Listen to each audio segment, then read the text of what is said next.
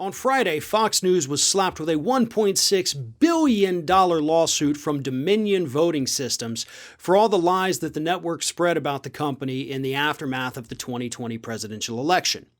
Now, Fox News had already been sued by Maddock, a company that makes voting software, for the false claims that they allowed to air on their network. And Fox News, instead of issuing apologies, issuing retractions to all of this, nope, they issued a statement on Friday doubling down on their coverage of the election. The statement said this: Fox News Media is proud of our 2020 election coverage, which stands in the highest tradition of American journalism, and will vigorously defend against this baseless lawsuit in court. See, your statement there, that actually might cause you even more trouble depending on your defense. And here's why. Earlier this week, we saw Sidney Powell, Donald Trump's lawyer, or lawyer working on behalf, blah, blah, blah, whatever it is. She was connected to them, whether they wanted to admit it or not. Either way, her lawyers tried to argue in court that no reasonable person would take her claims seriously or as statements of fact. And, as I mentioned at the time, that was actually the Fox News defense. That's what Fox News has trotted out when they have been sued for defamation in the past. They have said, well, hey, no reasonable individual is going to take these opinion hosts as fact. Opinion hosts. That's the key there. These are people giving their opinions, and Fox News has used that and actually been successful with it in the past. But then you release a statement saying, the highest tradition of American journalism. Journalism. Opinion. Those are two different things.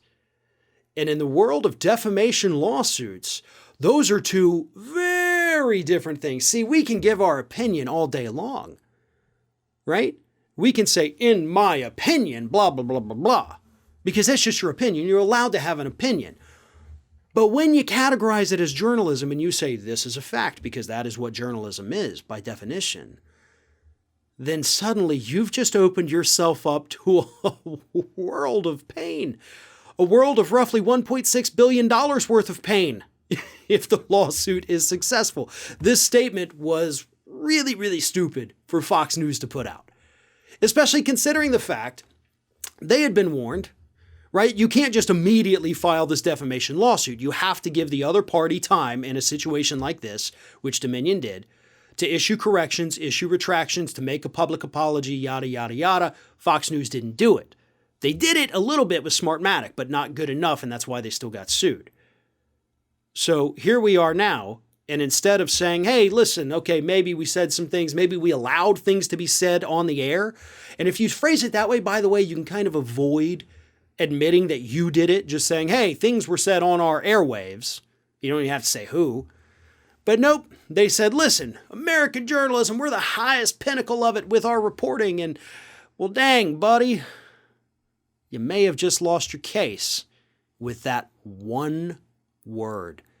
Believe it or not, folks, sometimes all it takes is one word. When you change it from opinion to journalism, that's a different animal in the eyes of the law.